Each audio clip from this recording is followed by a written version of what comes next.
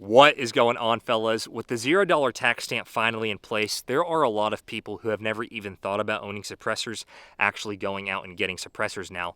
And with that comes a lot of people who are about to spend money on things they don't actually need. One of those main things is suppressor quick disconnect mounts, or QD mounts.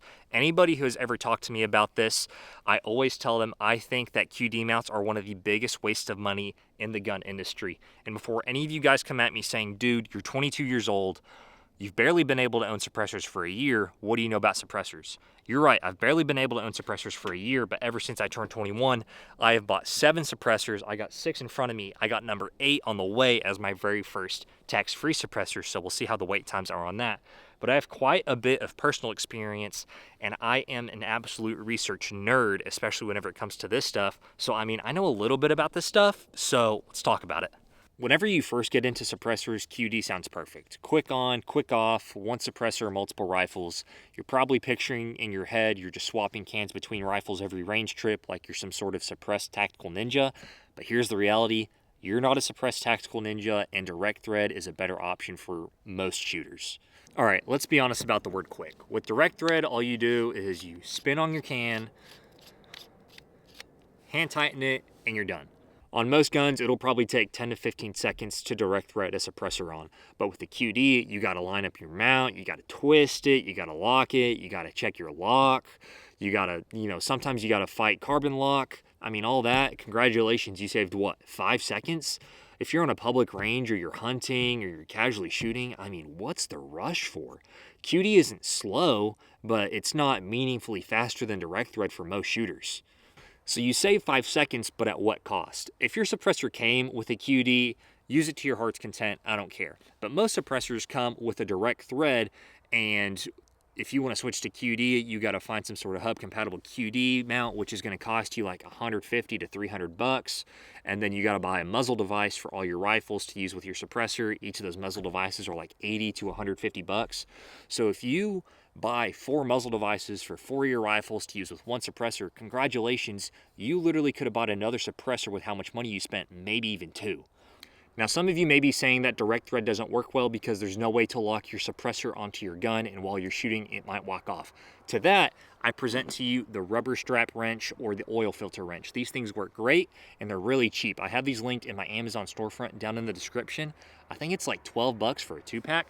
And what I always do, I just like to put my rifle between my legs. You can't really see it, but throw the wrench on your suppressor and you just hand tighten it.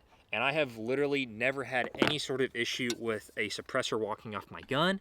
I shoot a lot and I shoot fast. No issues at all. Make sure to go down into the comments below and let me know if you're team direct thread or team QD, and tell me why. I'd love to hear all your explanations. If you haven't already, make sure to like the video, hype it up, send it to your buddies, and make sure to subscribe to support the channel. Let's get back to the video. Now, some of you may be saying, hey, I got a 30 cal can with a 5/8 by 24 thread, so I can throw it on my 308 or my 300 blackout, but I also want to throw it on my 223, which is a 1/2 by 28 thread, so I just got to buy a whole QD system to be able to move my can between guns. No, you don't.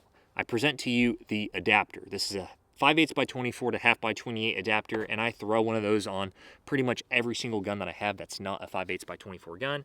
So this right here is my Crown Precision 223 Wild with a 1/2 by 28 thread pitch. So I just threw an adapter on here and it lives on this gun. So this gun essentially now has a 5/8 by 24 thread pitch. So I no longer have that issue. Now, I wouldn't recommend cheaping out on these. You can buy some knockoff adapters on Amazon for like $5, but you don't know how their machining process is. You don't know how tight their tolerances are. Suppressors are a very big investment, so I wouldn't risk getting a cheap one. I would get something reputable from like Silencer Shop, Silencer Central. The one that's on my Crown Precision actually came with one of my Lone Star suppressors, so I would recommend spending that $15-30 just to make sure you don't get a baffle strike. I forgot to mention, there is one sort of legitimate reason. If you're wanting to use something like a 14.5 inch barrel, you don't want to keep it as a pistol, you don't want to SBR it, okay, you can get a long enough muzzle device, pin and weld it, make that barrel at least 16 inches, and you're good to go. Me personally, if I was doing that, $0 tax stamp now, I would save the money from using that QD system and spend it either on an optic or more ammo or training, and then just SBR the gun for free and not worry about it. But that's just me. Let me know what you guys think. Quick shameless plug, if you would like to own your own land, I am a realtor that specializes in home and land sales in the DFW and Northeast Texas area. If you're interested, my information is down in the description below. I'd love to help you out. Another thing that nobody talks about is consistency and point of impact shift. Once you introduce a QD, you introduce more interfaces, more tolerance stacking, more variables, and just extra points of failure. And whenever you start taking hands off and back on, I have definitely seen point of impact shifts between taking it on and off, and it's just not as consistent as direct thread. With direct thread, it's suppressor to barrel, and that's it. I am constantly taking suppressors off guns, and I have literally never once had an issue with consistency because simplicity is king. Now, a lot of people, including myself, buy their first can thinking they only need one and they can move it from gun to gun. In reality, you're probably going to get addicted and you're going to start buying cans for specific hosts, and they're going to live on that gun, so you literally have no use for a QD because it's just going to stick on that gun. Even me, I'm always moving cans just because I'm always testing stuff. I don't need a QD. This direct thread stuff still works just fine. All right, final thoughts from someone who's used QD, used direct thread, and chooses direct thread every single time. I think most people who buy QD buy it because they think they need it, and very few people buy because they actually do need it. Let me know down into the comments below what you think are some actual good case use scenarios where QD outweighs direct thread. But now, since that there's this new $0 tax stamp, I'd rather spend all that money instead of on QDs, on suppressors. Be that cool guy in the group that has all the suppressors. Have a blessed day, and I'll catch you in the next one. See ya.